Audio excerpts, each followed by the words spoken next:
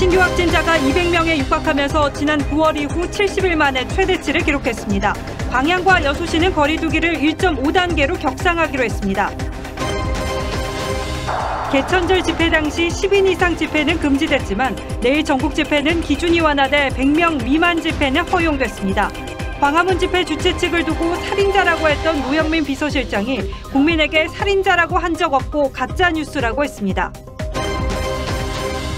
추미애 장관이 추진하는 피의자 휴대전화 비밀번호 공개법을 두고 참여연대와 민변이 반헌법적 발상이라며 즉시 철회하라고 비판했습니다.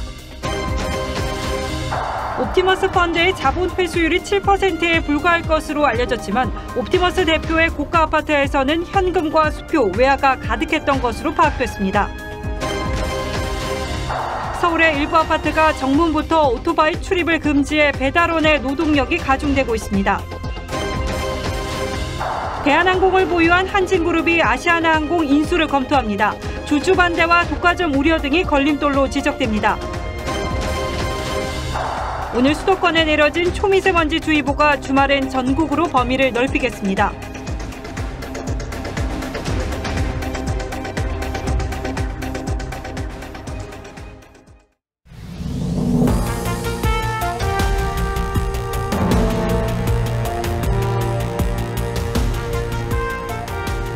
안녕하십니까. 뉴스9의 신동욱입니다.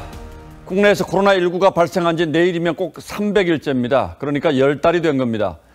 그리고 2월과 5월, 8월 석 달 주기로 대규모 확산이 반복돼 왔는데 8월 이후 석 달째인 지금 또다시 대유행 조짐을 보이고 있습니다. 이번은 특히 겨울을 앞두고 있어서 큰 걱정이죠. 신규 확진자가 70일 만에 가장 많은 191명 나왔고 수도권에서만 100명을 넘어섰습니다. 전남 광양 여수시가 거리 두기를 1.5단계로 높인 가운데 방역당국은 수도권과 강원도 역시 1.5단계 격상 기준에 근접한 상태라고 우려했습니다. 오늘은 유지현 기자가 먼저 보도하겠습니다. 지난 8월 수도권 중심의 유행 당시 일일 신규 확진자는 400명대까지 치솟았습니다. 이후 거리 두기를 강화하면서 100명 아래로 떨어졌습니다. 하지만 추석 연휴와 단풍놀이, 헬로윈 데이를 거친 후 다시 거리 두기를 완화하자 최근 100명 안팎을 오르내리더니 급기야 70일 만에 최다인 200명 가까이 나왔습니다. 가족과 지인 등 각종 모임과 회사, 회의, 연수 등 일상 감염이 전국으로 확산됐기 때문입니다. 경기도 용인 가전제품 출장 서비스업 종사자들 모임에서 14명이 감염됐고 서울 동대문 요양기관과 강서 일가족 관련 등 기존 감염 집단에서도 확진이 이어졌습니다. 수도권 신규 확진은 113명으로 1.5단계 상향 조건인 100명을 넘어섰습니다. 지금의 환자 증가 추이가 계속된다면 조만간 거리두기 단계 상향 기준을 충족할 위험성이 있습니다. 겨울철과 맞물려 이미 3차 유행이 시작됐다는 우려도 나옵니다.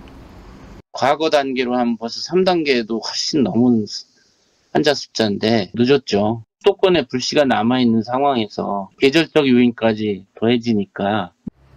방역당국은 유행 조짐이 있는 지역을 방역 지원 지역으로 선정해 2주간 진단검사와 거리두기 등 예방 조치를 강화하겠다고 밝혔습니다.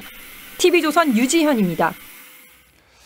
예, 이 원의 크기로 표현이 되어 있습니다만 수도권 외 지역도 코로나 확산세가 심상치 않습니다.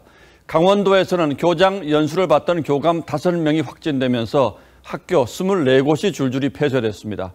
한적하던 인제 산골마을에도 불법 다단계 관련 확진자가 18명으로 늘면서 비상이 걸렸습니다. 이승훈 기자가 취재했습니다. 지난 2일부터 4일간 교장 연수가 있었던 강원도의 한 초등학교입니다. 이곳에서 연수를 받던 교감 선생님 8명 중 5명이 어제 확진 판정을 받으면서 학교는 문을 닫았습니다. 일부 교감 선생님은 주말에 교직원 테니스 모임에 참석했습니다. 인터넷 프로그램만 아마 원격이 아니고 대면으로 진행을 하는가 봐요. 회의를 했거나 테니스를 쳤거나 이렇게 근무하는 학교라서 22명의 밀접 접촉자가 확인되면서 원주와 홍천 등 강원도 내 학교 24곳이 오늘 등교를 중단했습니다. 강원도 인제의 산골마을에서도 이틀 사이에 18명의 확진자가 나왔습니다. 불법 다단계 업체뿐만 아니라 교회, 사우나 등에서 확진자가 나오면서 마을은 뒤숭숭한 분위기입니다. 사람들 보는 게 좀 불안해요. 가까이 가기가 좀 거부감이 생기죠. 매출이 걱정이죠. 생계유지인데 영업이. 전남 광양과 순천에서는 제철소 협력업체 통근버스와 관련해 직원 10명과 가족 5명이 잇따라 확진됐습니다. 소규모 집단 감염 확산에 광양시는 오늘부터, 여수시는 내일부터 거리 두기를 1.5단계로 격상하기로 했습니다. 가족, 직장, 동료 등에게 지속적으로 전파되어 검체 검사자만 1,525명이 되고 자가격리자도 155명입니다. 정부는 수도권 외의 지역도 1.5단계 상향 기준에 근접했다며 방역수칙 준수를 당부했습니다. TV조선 이승훈입니다. 조마조마한 상황입니다. 이런 가운데 일부 노동단체와 시민단체들이 내일 전국 14개 시도 곳곳에서 집회 강행을 예고했습니다. 한 자리에 100명 이상 모이지 못하도록 한 방역 지침에 따라서 99명씩 나눠서 집회를 하겠다는 겁니다. 하지만 실외에서 이 기준이 제대로 지켜질지, 그리고 과거 광복절, 개천절 집회 때와 정부의 대응 기준이 달라진 건 아닌지 논란이 일고 있습니다. 정부는 100명 기준을 어길 경우에 불법 집회로 간주하겠다는 입장이지만 과거처럼 차벽을 세우거나 원천 봉쇄에 나서지는 않을 방침입니다. 정준영 기자가 취재했습니다. 민주노총은 내일 오후 2시 전태일 50주기 전국 민중대회를 강행하겠다고 했습니다. 13개 지역에서 10만의 함성으로 코로나 시대 민중의 고통과 분노를 보여주자. 서울 여의도에서만 19곳의 집회 신고가 접수된 상태입니다. 집회 금지 구역인 국회의사당역 인근을 비롯한 3곳은 집회 금지 통고가 내려졌지만 여의도 공원과 서울역, 전태일다리 등 서울 시내 25곳에서 99명 규모로 산발적인 집회가 이어질 것으로 보입니다. 한 장소에 100명 이상 모여선 안 된다는 방역 지침에 맞춰 집회를 강행하겠다는 건데 정부와 방역당국 입장에선 비상이 걸렸습니다. 비말 발생 위험이 높은 함성이나 구호, 노래 등은 금지를 해달라는 거, 식사 등을 통해서 또 감염이 발생할 수 있기 때문에 오늘 서울 전태일다리에서 열린 집회도 당초 99명으로 신고됐지만 200명가량이 모여 집회를 제지하는 경찰과 실랑이가 벌어졌습니다. 광주 노동계는 코로나 재확산 우려를 감안해 내일 집회 일정을 2주 연기하기로 했습니다. TV조선 정준영입니다. 물론 거리두기 단계가 조금 완화되긴 했습니다만 보신 것처럼 코로나 확산세가 심상치 않은 상황이어서 이번 집회 문제가 없을지 걱정이 적지 않습니다.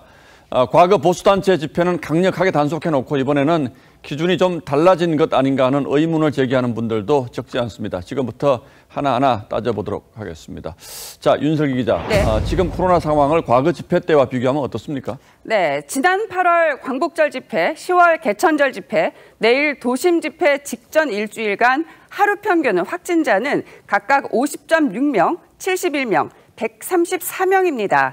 현재 환자 수가 그때보다 2~3배 정도 더 나오는 상황이죠. 예. 자, 같은 기간 수도권의 하루 평균 확진자도 8월 집회 당시 32.9명, 10월 43.9명에서 최근 75.1명으로 1.7배, 2.3배 늘었습니다. 환자 수를 놓고 보면 방역의 중요성이 앞선 두 집회 때보다 훨씬 엄중해진 상황이죠. 자, 이 숫자로만 보면 집회 규제도 더 엄격해져야 될 것 같은데요.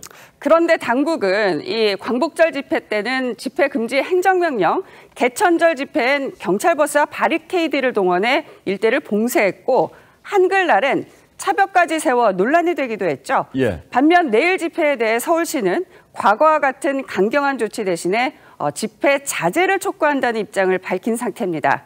방역당국 얘기도 들어보실까요? 방역수칙 준수 이런 부분에 대해서 민주노총에 공문을 또 보내고 그 부분에 대해서 적극적인 협조를 하겠다라는 내용들이 있습니다. 일단 환자 발생 수만 보면 훨씬 더 심각해졌는데 대처는 좀 느슨해졌다. 분명히 이런 점이 있긴 하군요. 그렇습니다. 자, 그렇다면 그 사이에 기준이 달라진 게 있습니까? 네, 이 서울시의 10인 이상 집회 금지가 지금은 해제된 게 차이죠. 금지 기간이 8월 21일 0시부터 10월 11일 24시까지였기 때문에 이를 근거로 10월 3일 개천절 집회를 금지할 수가 있었죠. 이후 기준이 100인 이상으로 완화돼 내일 집회도 가능해진 건데요. 방역 전문가는 이를 어떻게 생각할까요?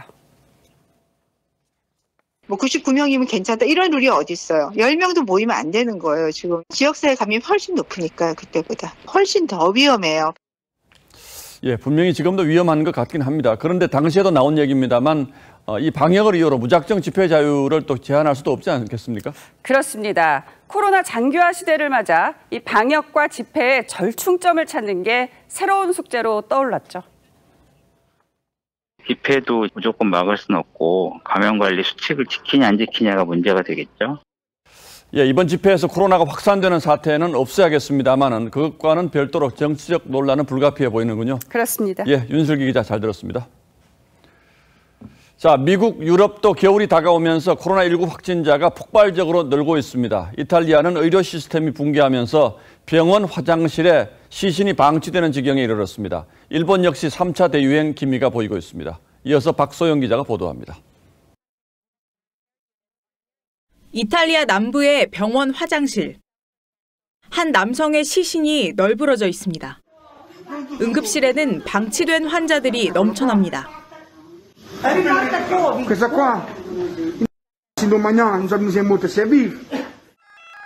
이탈리아의 누적 확진자는 102만 명.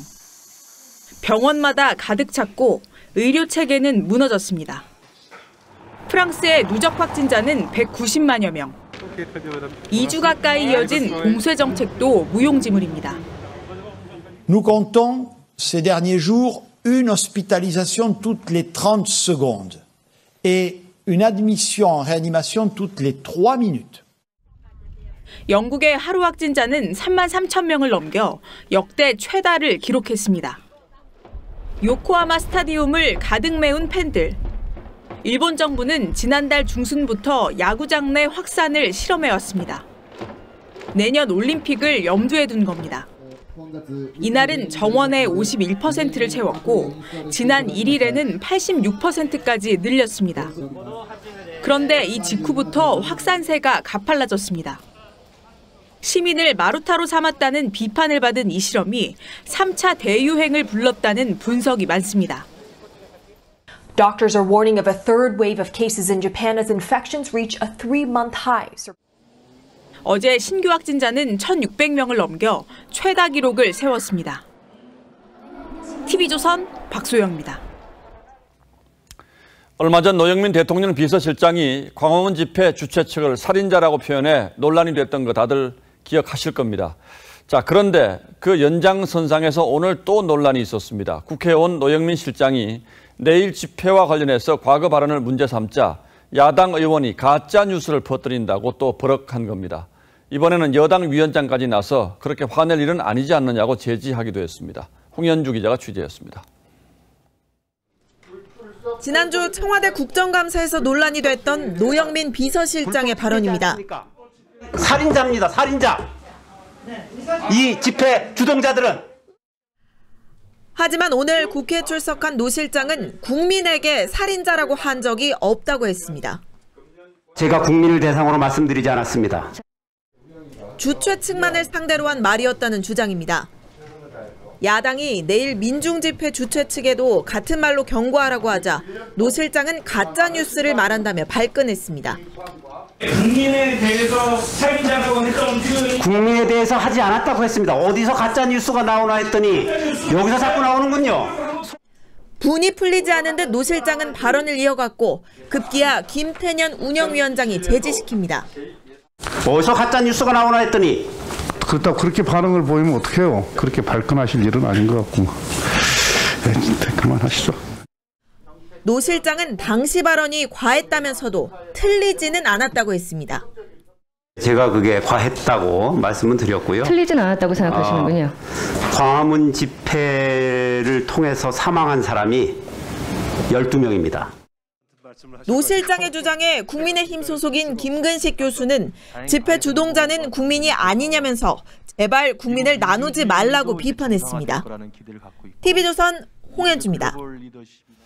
예, 조금 전 보신 이 자리에서는 검찰 특활비를 둘러싼 공방도 이어졌습니다. 아시는 것처럼 특활비라는 건 용처를 공개하기 어려운 수사나 정보 수집을 위해서 지급하는 돈입니다. 그런데 수사를 하지 않는 법무부가 왜 이 특활비를 먼저 떼고 나머지를 검찰에 내려보내는지 야당은 따져 물었습니다. 이거야말로 사라져야 할 적폐라고도 주장했습니다. 청와대는 대답 대신 검찰 특활비 자체를 줄여야 한다고 주장했습니다. 보도에 박경준 기자입니다. 어제 예결위에서 벌어진 법무부 특활비의 경력금 진실 공방. 직원들 전원에게 현금을 나눠준 사실이 있느냐라고 물어봤더니 사실이 있다 이렇게 답을 했습니다. 면책특권 뒤에 숨지 마시고 당당하게 책임진다고 하십시오. 야당은 노영민 비서실장을 상대로 법무부가 검찰에 내려갈 특활비 중 10억 원을 먼저 떼고 주는 게 적폐라고 주장했지만 검찰국은 수사라든지 정보 수집과는 관련이 없는 곳이에요. 적폐 청산 바로 해야 되지 않겠습니까? 노 실장은 특활비를 줄이고 공식 수사비를 늘려야 한다고 답했습니다. 수사비를 늘리는 쪽으로 예산을 편성하고 특활비를 줄여나가는 것이 맞지 않을까. 현 관행에 대한 지적을 비껴간 답변입니다. 반면 여당은 윤석열 총장의 특활비를 겨냥했습니다. 검찰총장 혼자서 수사와 관련돼서 자유롭게 쓸 수 있는 특활비가 84억이다라는 것은 이건 뭐가 완전히 잘못된 것 같습니다. 최근 지지율이 오르며 윤 총장이 정치 영역에 들어왔다는 지적엔 노 실장도 긍정의 뜻을 표했습니다. 다수의 국민들이 그렇게 생각하고 있는 것 같습니다. 여당 의원들은 또 월성 1호기 조기 폐쇄는 사법적 판단의 대상이 아니라고 주장했고 이른바 통치 행위로 들어가기 때문에 마치 검찰이 국정운영에 간섭하는 듯한. 야당은 정부 여당이 불안한 모양이라며 궤변이라고 반박했습니다. TV조선 박경준입니다. 한동훈 검사장을 겨냥한 추미애 장관의 휴대전화 강제해제법 검토 방침이 정치권은 물론 법조계와 시민단체들로부터 문매를 맞고 있습니다. 진보 성향의 참여연대와 민변도 입장문을 내고 반헌법적 발상이라며 즉시 철회하라고 비판했습니다. 당사자인 한동훈 검사장도 공개 입장문을 냈습니다. 장윤정 기자가 취재했습니다.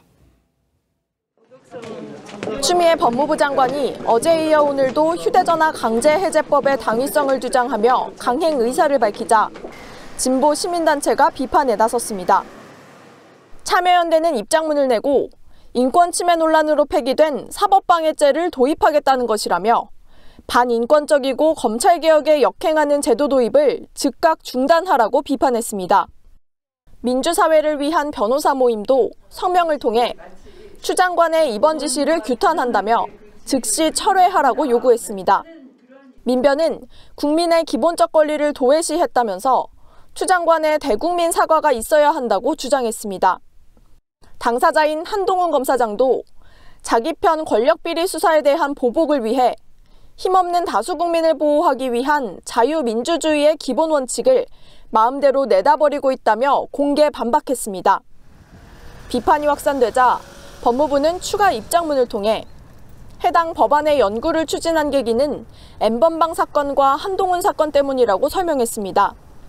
조주빈의 스마트폰 잠금 해제 비협조로 수사가 지연됐다는 사례를 들며 필요성을 강조한 겁니다. 법조계 관계자는 한 검사장을 콕 집어 반헌법적인 법 검토를 지시하고서 비판이 거세지자 성범죄자인 조주빈의 사례를 거론하는 것은 부적절하다고 비판했습니다. TV조선 장윤정입니다. 이렇게 추미애 장관의 발언으로 연일 정치권이 소란스럽고 추 장관과 윤 총장의 갈등이 도를 넘었다는 지적이 많습니다. 이제 그만하라는 국민 여론도 커지고 있습니다.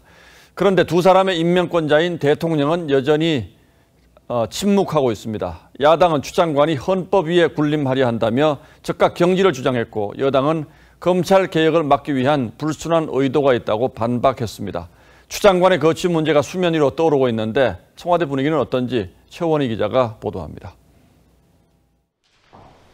국민의힘은 추미애 장관이 헌법과 국민 위에 군림하려 든다며 유아독존이 아닌 유추독존이라고 비꼬았습니다. 문재인 대통령이 무법 장관의 폭주를 눈감아준다고 비판하며 경질을 요구했습니다.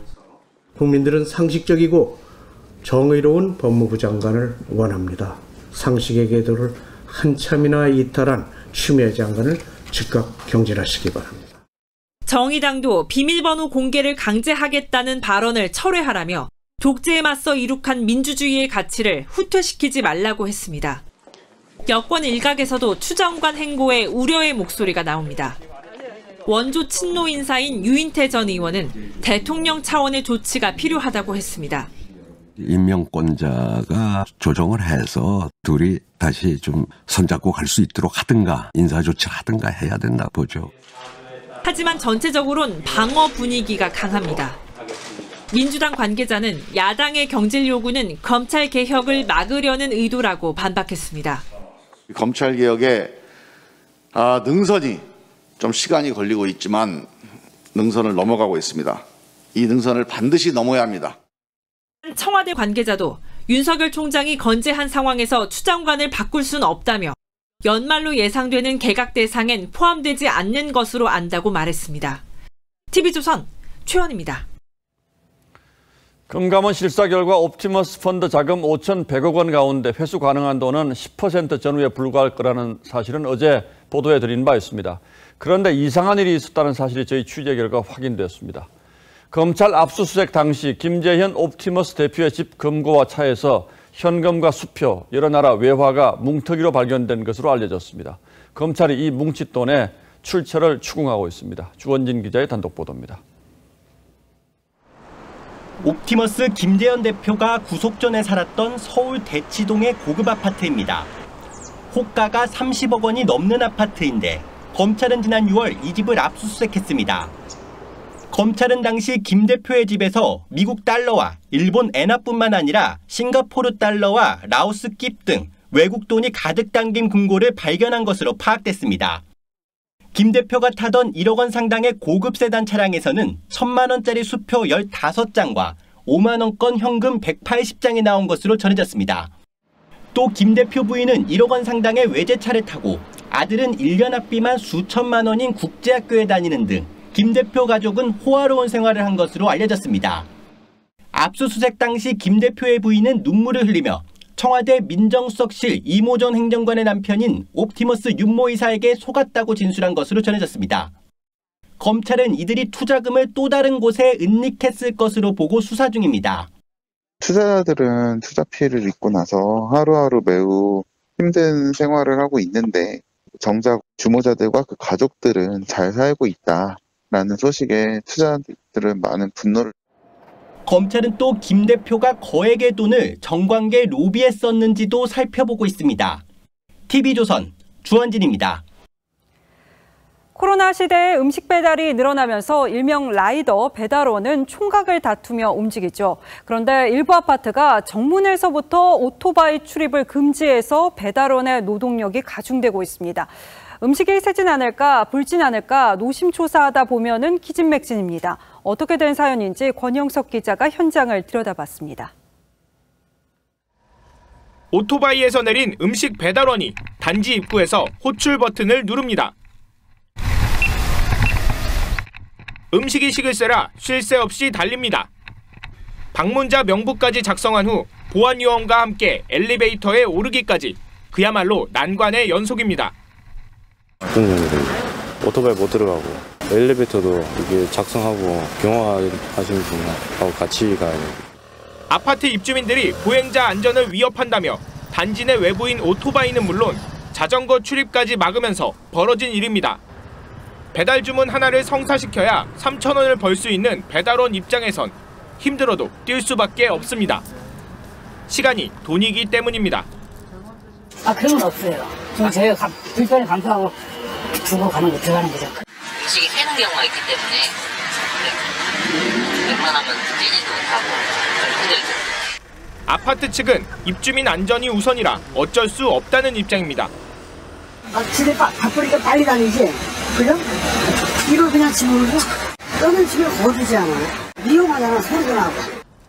치열해진 배달 시장 경쟁에 일부 지역 주민의 이기주의까지 겹치면서 플랫폼 배달 노동자는 점점 극한 직업이 되고 있습니다. TV조선 권영석입니다. 출근길 한 시내버스 기사가 2시간 동안 음주운전을 하다가 승객 신고로 경찰에 붙잡혔습니다. 승객들이 낌새를 느낄 정도로 수상한 상황이었던 건데요. 하동원 기자가 취재했습니다. 시내버스 한 대가 정류장에 멈췄습니다. 버스에서 내린 승객들은 모두 다른 버스로 갈아탑니다. 버스를 몰던 운전기사는 경찰의 음주 측정을 받았습니다. 계속 물 마시고 이제 계속 불하니까는 호응 안 하고 매끄는 거 하다가 밤늦게까지 술을 마신 버스기사 42살 A씨는 오늘 새벽 5시부터 운전대를 잡았습니다. 버스기사 A씨는 술에 취한 상태에서 2시간여 동안 30km 넘게 운행한 것으로 알려졌습니다. 그 사이 80곳이 넘는 부산 시내 버스 정류장을 돌며 승객을 태웠습니다. 운행 속도가 유난히 느린 데다 버스기사가 술 냄새까지 풍기자 겁에 질린 승객들이 경찰에 신고했습니다. 너무 세게 운전을 하고 술 냄새가 이렇게 나니까 그래서 112로 신고를 하게 되었고, 경찰 음주 측정 결과 A씨의 혈중 알코올 농도는 면허 취소 수준. 버스 회사는 A씨의 음주 사실을 제대로 파악하지 못했습니다. 지각을 해가고 마스크를 쓴 상태에서 별내볼 때 와서 마스크하게 나가버리니까 놀랐던 거예요. 한 달 전쯤 버스 운전을 시작한 A씨는 음주운전 사실이 드러나자마자 해고됐습니다. TV조선 하동훈입니다.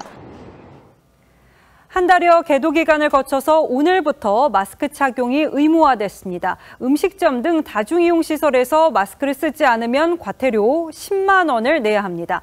업주들은 행여 손님이 줄진 않을까 걱정입니다. 노도일 기자입니다. 카페에 앉은 여성이 마스크를 턱에 걸친 채 노트북에 열중합니다. 다른 여성은 화장을 고칩니다.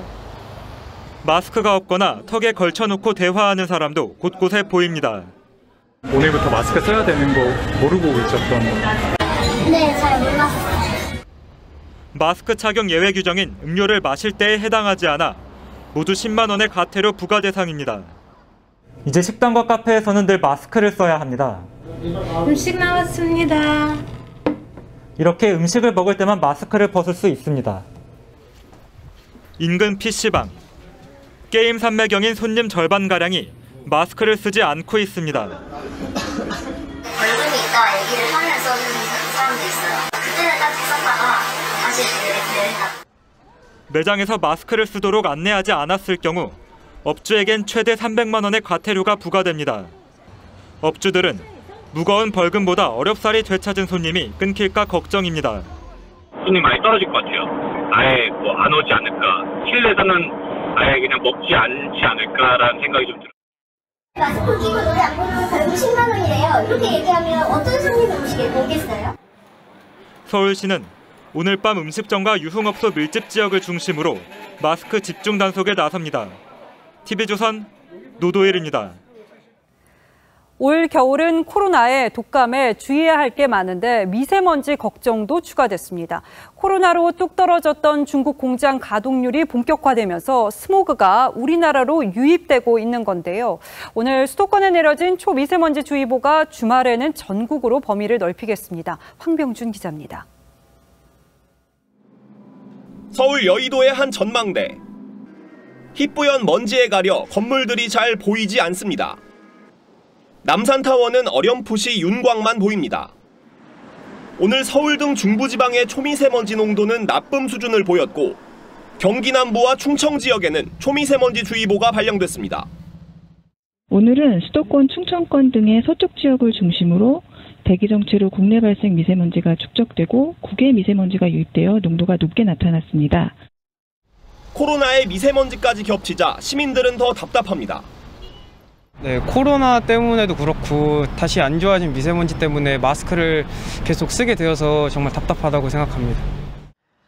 문제는 차가운 북서풍이 불 때는 대기가 깨끗하다, 기온이 오르면 나빠지는 사만삼이 현상이 지난 겨울과 달리 올해는 자주 나타날 거라는 점입니다. 코로나가 진정된 중국이 공장 가동을 본격화했기 때문입니다. 실제 이번 주 기온이 오르면서 미세먼지 농도도 높아졌습니다. 고농도 미세먼지는 평년보다 따뜻한 기온이 이어지는 다음 주 초반까지 나타날 전망입니다. TV조선 황병준입니다.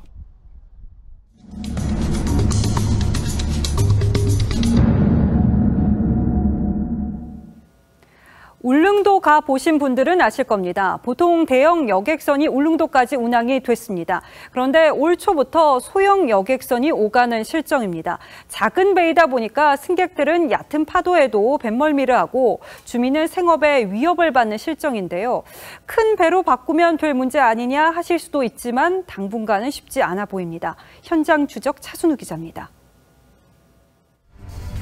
잔잔한 동해바다 위 울릉도행 여객선. 파고가 50cm로 낮은 편이어서 바다를 미끄러지듯 지나갑니다. 그런데 배 안은 상황이 다릅니다.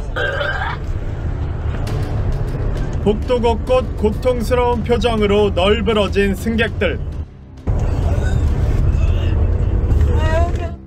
화장실 앞엔 구토하는 승객이 줄지어 드나듭니다. 울릉도행 여객선 실내가 이처럼 아수라장이 된 건 배가 작기 때문.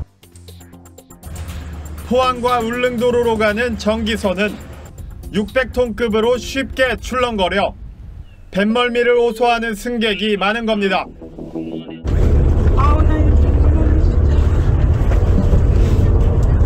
그동안 이 구간은 2,400톤급 대형 선박이 운항했는데 2월 퇴역한 뒤 해운사가 4분의 1 크기 배를 대체 투입했습니다. 배가 작다 보니 낮은 파도에도 쉽게 출렁이고 뱃멀미 때문에 안 됐지만 날씨가 조금만 굳어도 배가 묶이기 일쑤입니다. 동절기 제외 평균 55일 수준이던 결항일수는 대형선 운행 중단 이후 92일로 늘어났습니다. 큰 배에서 작은 배로 변함으로 인해 가지고 결항 일수가 그만큼 늘어났다는 거예요. 평일 매일 운행하던 화물 택배도 주 2회로 줄고 소요 시간은 2배 늘었습니다. 화물선에 나가면 2박 3일이죠. 시간상은 늘어나는 거 맞아요. 이 때문에 오징어 등 특산물 배송에도 타격이 작지 않습니다. 문제가 죽을 지경이죠. 일주일에 2번씩 화물 나가는데 완전 전쟁이고 생물은 다 썩어보고. 대형선 필요성은 대부분이 공감하고 정부도 해운사의 10월 대형 선박 투입을 전제로 소형선 운항을 임시로 허가한 상태. 10월 13일까지 조건부 매도했는데 이행을 안 했잖아요. 해운사는 대형 선박은 수지를 맞출 수 없다며 소형 선박 운항을 고집합니다. 세월호 사건 이후 국내 대형 선박은 25년 이상 운행할 수 없게 규제했는데 탑승객 수가 제한적인 노선은 고가 대형 선박을 투입하면 수익을 내기 힘들다는 겁니다. 초기 투자에 대해서 돌아오는 시간, 돌아오는 시간이 너무 길다. 울릉도는 뒤늦게 세금을 투입해 대형선 건조를 추진하지만 해운법상에 저희 군에서 할 수 있는 권한이 하나도 없어요. 그마저 2년 가까이 걸려 주민들은 작고 불안한 배에 생활과 생계를 계속 맡겨야 할 상황입니다. 큰 배가 왔으면 정말 좋겠어요. 이래가 울릉도 위에 살라나 싶고 그래요. 현장 추적 차순우입니다. 오늘은 전태일 열사가 노동자는 기계가 아니라고 외치며 숨진 지 꼭 50년이 되는 날입니다. 전 열사가 일했던 동대문 시장 주변에는 지금도 봉제 공장이 남아 있는데요. 열악한 노동 조건은 그때보다 나아졌을까요? 송민선 기자가 다녀왔습니다. 간판도 없는 점포들이 모여있는 서울 동대문구 창신동. 일명 봉제거리입니다. 올해 57살인 정모 씨는 8년 전 이곳에 봉제 공장을 차렸습니다. 말이 공장이지 남편과 둘이 하는 영세 가내수공업입니다. 간판 없는 데가 많아. 여기는 이렇게 막 큰 기업이고 뭐 큰 데가 아니고 다 거지 부부가 한 집, 혼자 하는 집. 정 씨는 17살에 상경해 평화시장의 봉제 공장 보조원으로 일을 배웠습니다. 옛날에는 거기 2층, 3층이 다 봉제 공장이었어요. 거기서 이제 고향 오빠 따라서 와가지고 일하게 된 게 거기서부터 시작한 게 지금까지 이제 한 거예요. 50살이 되어서야 사장 겸 종업원이 됐지만 하루 10시간 이상 일하는 건 여전합니다. 일하는 환자가 한 12시간, 13시간. 옷 한 벌을 만들어야 받는 공임은 3,000원 정도인데 오히려 예전보다 낮아졌습니다. 인건비가 싼 동남아 등으로 일감이 넘어갔기 때문입니다. 설상가상으로 요즘은 코로나19로 더 어려워졌습니다. 우리 같은 경우에는 이게 중국에서 많이 이 옷을 물건을 띄어가요. 근데 코로나 완전히 장사가 올 수도 없대 버렸지. 무등록 사업자가 대부분이라 봉제공들은 정부 지원금도 못 받았다는 정 씨. 기댈 건 예나 지금이나 오로지 재봉틀 뿐입니다. TV조선 송민선입니다. 우리나라 1, 2위 항공사인 대한항공과 아시아나항공이 하나로 합쳐질지도 모르겠습니다. 이 대한항공을 보유한 한진그룹이 아시아나항공 인수를 검토하고 있는 건데요. 다만 주주 반대와 독과점 우려 등 넘어야 할 산은 아직 많아 보입니다. 지선호 기자입니다. 아시아나항공 매각은 주 채권은행인 산업은행이 한진그룹 지주사인 한진칼에 자금을 지원하는 방식이 유력합니다. 한진칼 유상증자에 산업은행이 참여하고 이 자금으로 한진칼은 금호산업이 갖고 있는 아시아나항공 지분 30.8%를 사들이는 겁니다. 두 회사가 통합될 경우 세계 10위권의 초대형 항공사가 탄생하게 됩니다. 통합이 된다 그러면은 대한항공 입장에서는 되게 좋은 거고요. 또 사모펀드나 이런 쪽에서 인수하는 것보다는 훨씬 또 중장기적으로 고용 승계도 가능하고. 다만 코로나 확산세 지속으로 항공산업이 불투명한 상황에서 부채 비율이 2000%를 넘을 만큼 부실한 아시아나항공을 기존 한진칼 주주들이 반길지는 의문입니다. 한진칼 지분 전쟁이 이어지는 상황에서 산업은행이 결국 캐스팅 보트를 행사하게 되는 상황도 변수입니다. 한진칼 지분 45%를 확보한 KCGI 측은 당장 고객 피해와 주주 및 채권단 손실로 이어질 수 있다며 반대의 뜻을 밝혔습니다. 한진그룹 산하 항공사들의 국내선 점유율이 62%로 올라가는 등 독과점 문제도 부각됩니다. 경제 상황이 정상적인 상황이라면 뭐 그런 독과점법이 문제가 되겠지만 지금 상황이 안 좋잖아요. 좀 우회할 수 있는 방안을 이제 만드는 게 중요한 것 같아요. 정부는 이르면 다음 주에 한진그룹의 아시아나항공 인수 여부를 확정할 것으로 알려졌습니다. TV조선 지선호입니다. 은행 빚을 통한 부동산 주식 투자가 급증하자 금융당국이 대출 규제 방안을 내놨습니다. 고소득자 대출을 콕 집어서 핀셋 규제한 것이어서 반발도 만만치 않을 것 같습니다. 이태영 기자입니다.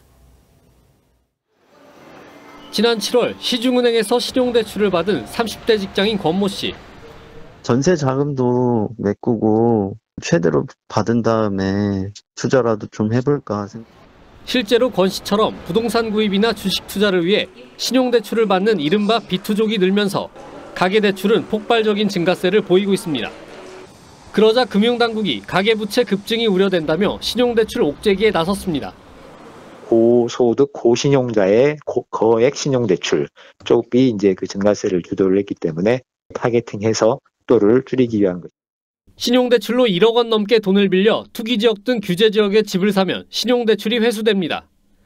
또 연소득 8천만 원의 고소득 직장인의 경우 1억 원 이상의 돈을 빌리면 집을 사지 않더라도 DSR이 바로 적용됩니다.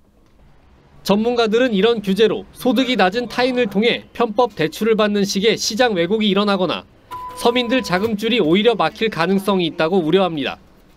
주택담보대출을 사실상 막으면서 신용대출로 이동하고 있는 현재의 금융활동을 공수하게 되면 소득이 낮은 분들은 오히려 큰 타격을 입게 됩니다.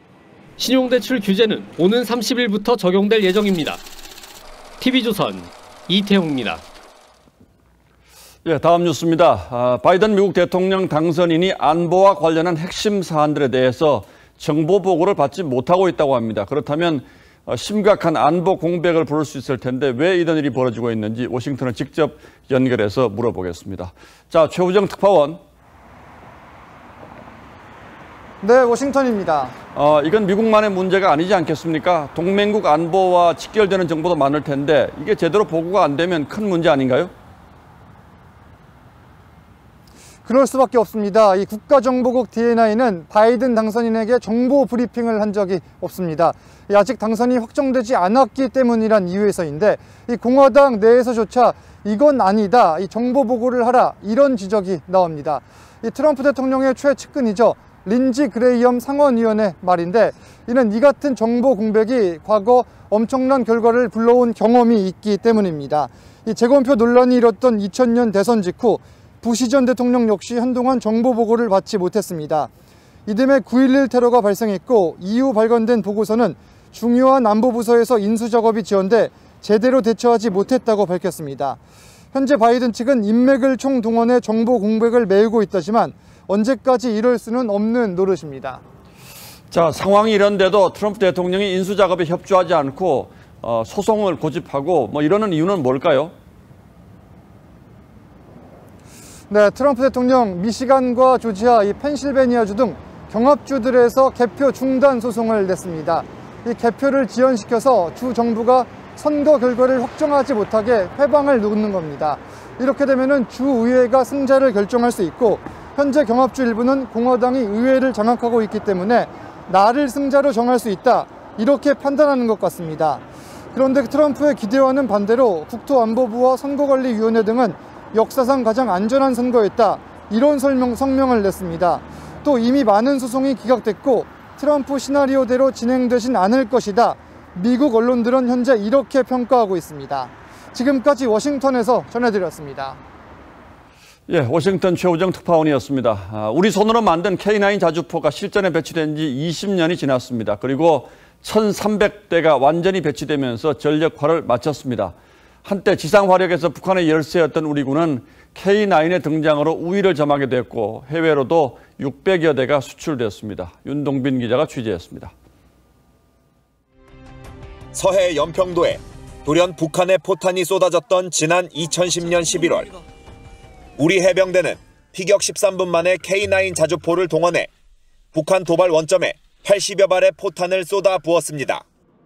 불의의 공격으로 피해가 컸지만 포탄 장전부터 발사까지 30초밖에 걸리지 않는 K9이어서 가능한 일이었습니다. 우리 손으로 독자 개발한 K9 자주포가 배치된 것은 2000년부터 20년 동안 육군과 해병대 전방 부대에 모두 1,300여 문이 배치되면서 전력화가 완료됐습니다.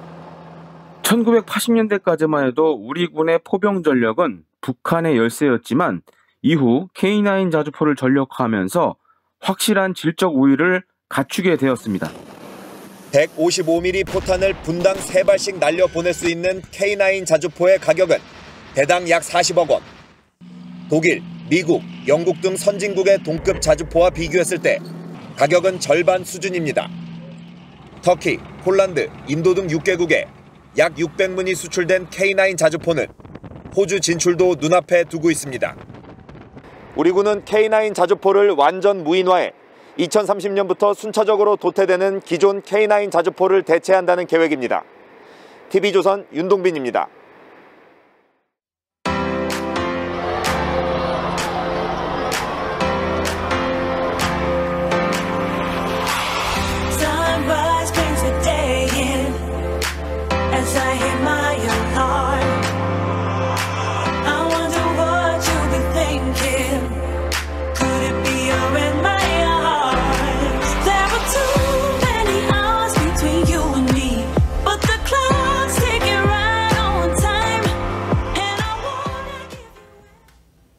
한때 천덕꾸러기 취급을 받은 까마귀떼가 이제는 군무로 수많은 관광객의 눈을 사로잡고 있습니다. 지난해 이맘때 울산 태화강에는 관광객 150만 명이 몰려서 까마귀 수만 마리가 펼치는 군무를 감상했다고 하는데요. 올해는 저희가 카메라에 담아봤습니다. 이민세 기자입니다. 노을이 물드는 저녁 하늘에 검은 물결이 일렁입니다. 까마귀 수만 마리가 떼지어 날아다닙니다. 우와, 진짜 많다. 고개를 하듯 변화무쌍한 모습에 저절로 감탄사가 나옵니다. 어떤 날은 이렇게 나르고 어떤 날은 막 단체로 둥글게 나르고 날마다 틀리더라고요, 아들이. 울산 태화강 심리대 숲에는 매해 10만 마리가 넘는 까마귀떼가 모여듭니다. 송전탑에도 전기줄에도 온통 까마귀가 가득할 정도입니다. 보는 이들의 탄성을 자아내는 까마귀의 집단 비행은 사실 알고 보면 천적에게 세력을 과시하고 서식지를 지키기 위한 까마귀들의 생존 전략입니다. 우리는 떼까마귀 근무를 하지만 사실상 살기 위한 몸부림이다. 태화강을 찾는 까마귀 떼들은 주로 몽골과 시베리아에서 날아와 겨울을 나고 다시 북상합니다. 지난 2011년 태화강 일대 대나무 숲을 재정비한 뒤부터 몰려들기 시작했습니다. 신비한 까마귀 군무 덕분에 울산 태화강에는 지난해 관광객 150만 명이 찾았습니다. 까마귀 떼 때문에 또 이름이 더 난 것 같아요. 그러니까 각지에서 많이들 이렇게 오시고 그러니까 뭐 도움이 많이 되죠. 흉조로 치부되던 까마귀가 울산에서는 귀한 겨울 손님으로 대접받고 있습니다. TV조선 이민재입니다. 조금 전 끝난 프로야구 플레이오프 4차전에서 두산이 KT를 2대0으로 꺾고 6년 연속 한국 시리즈에 진출했습니다. 두산은 17일부터 한국 시리즈 우승을 놓고 정규리그 1위 NC와 7전 4선승제로 격돌합니다.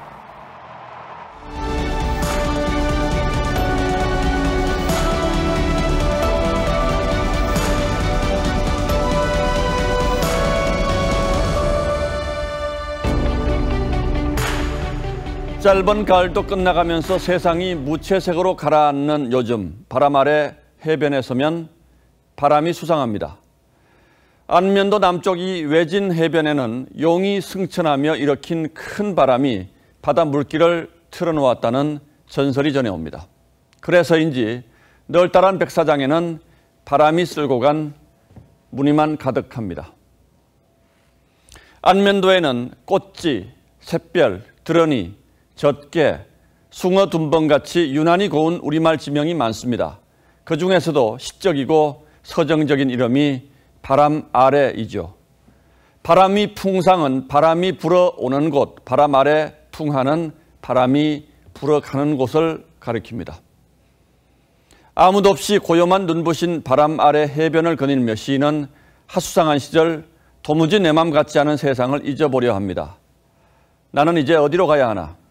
무인지경, 바람 아래 해변에 와서 바람 없이 넋놓고 어슬렁거려 본다. 조선시대 수필문학의 백미 용제 총화에는 이런 대목이 나옵니다. 사람들이 국수를 입속 가득 넣고 쭉쭉 빠는 것을 보면 심신이 떨리고 흔들린다고 했습니다. 그렇듯 멀미가 나도록 천박한 소리만 넘쳐나는 세상, 품격, 기품, 품이라는 말이 그리운 세상입니다.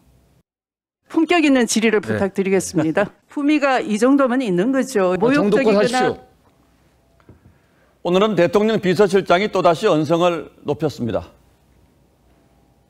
국민에 대해서 하지 않았다고 했습니다. 어디서 가짜 뉴스가 나오나 했더니. 그렇다고 그렇게 반응을 보이면 어떡해요. 그렇게 발끈하실 일은 아닌 것 같고.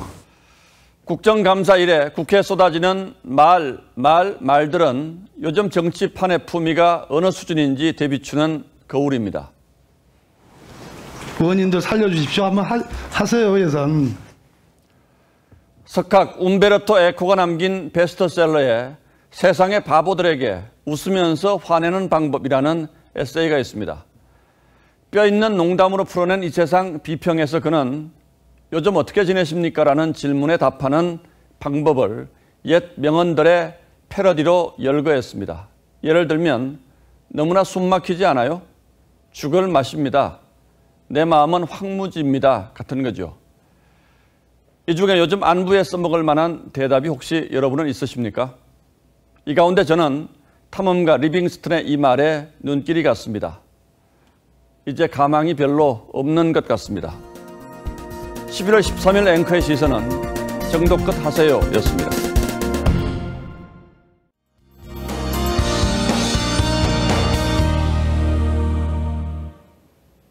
요즘 마스크 쓰는 것도 답답한데 미세먼지 때문에 눈까지 뻑뻑했던 하루였습니다. 아쉽게도 이번 주말에도 먼지가 그대로 정체돼 있겠습니다. 중서부 지역을 중심으로 나쁨 단계에 예상되는데요. 비말 마스크는 미세먼지까지는 걸러지지 않기 때문에 미세먼지 전용 마스크를 꼭 착용하셔야겠습니다. 강원 영동 지역은 여전히 건조특보가 내려져 있고요. 낮 동안에는 온화한 날씨가 계속되겠습니다. 내일 서울과 청주가 18도까지 오르겠습니다. 다만 일교차는 여전히 크게 벌어지겠는데요. 대구의 아침 기온이 6도에서 출발해 한낮에는 18도까지 오르겠습니다. 당분간 비가 내리지 않는 건조한 날씨가 이어지다가 다음 주에는 모처럼 단비 소식이 있습니다. 수요일부터 금요일까지 전국에 비가 내리겠습니다. 날씨였습니다. 예, 11월 13일 금요일 뉴스9은 여기서 모두 마치겠습니다. 시청해주신 여러분 고맙습니다.